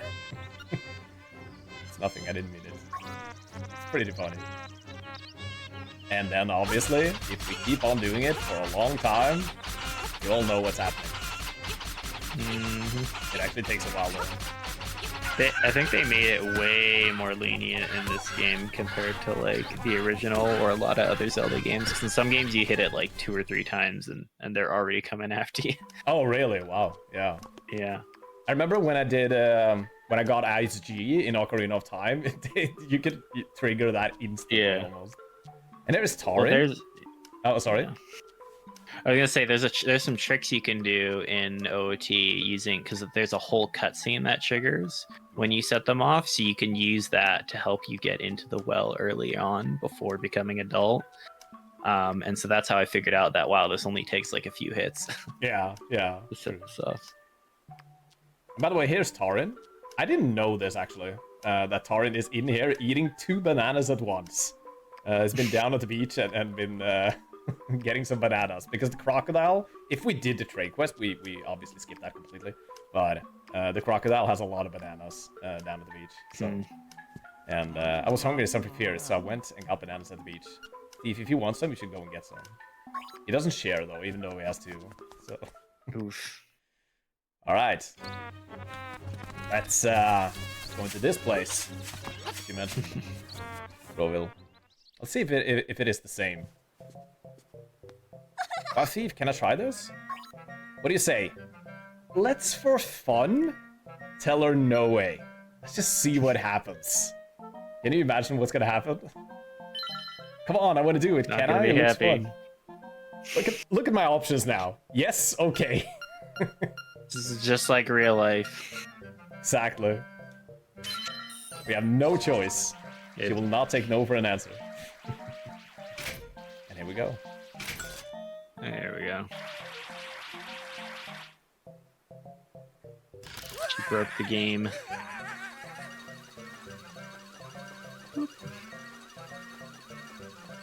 This is for all the runs you've killed in the past, all the torment you've had.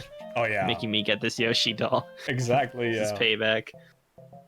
You're good, you're a pro, aren't you? Well, beat it. Pros aren't allowed in here. So you actually get thrown out, and if you try to go back in, Marin will not follow. Well, not allowed. Not Kicked allowed. out. That is pretty funny. Now let's see if we can actually outrun Marin. Let's take a look here.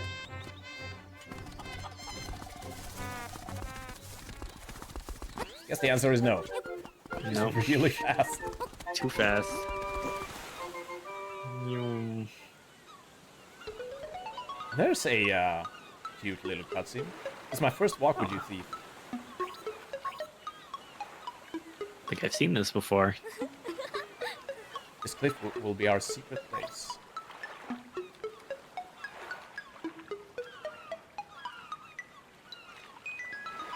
Aren't you going to say anything? Clearly, she doesn't know Link. Don't worry about it. Exactly. The only thing we ever say is, mm-hmm. Nod, yep.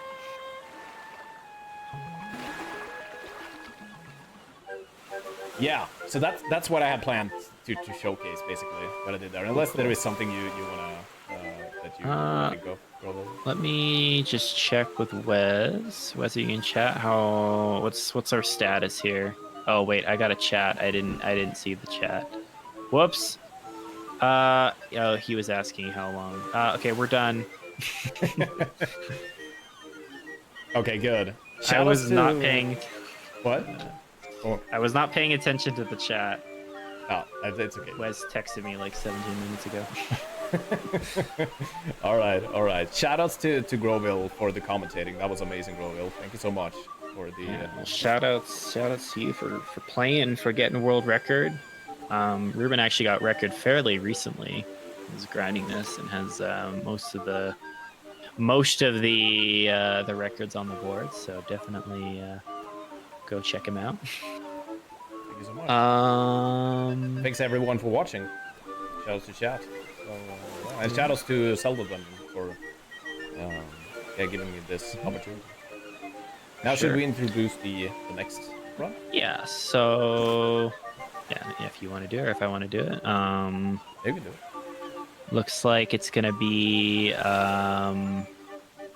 Spawny and Moogle. Spawny's gonna be playing Oracle of Seasons next.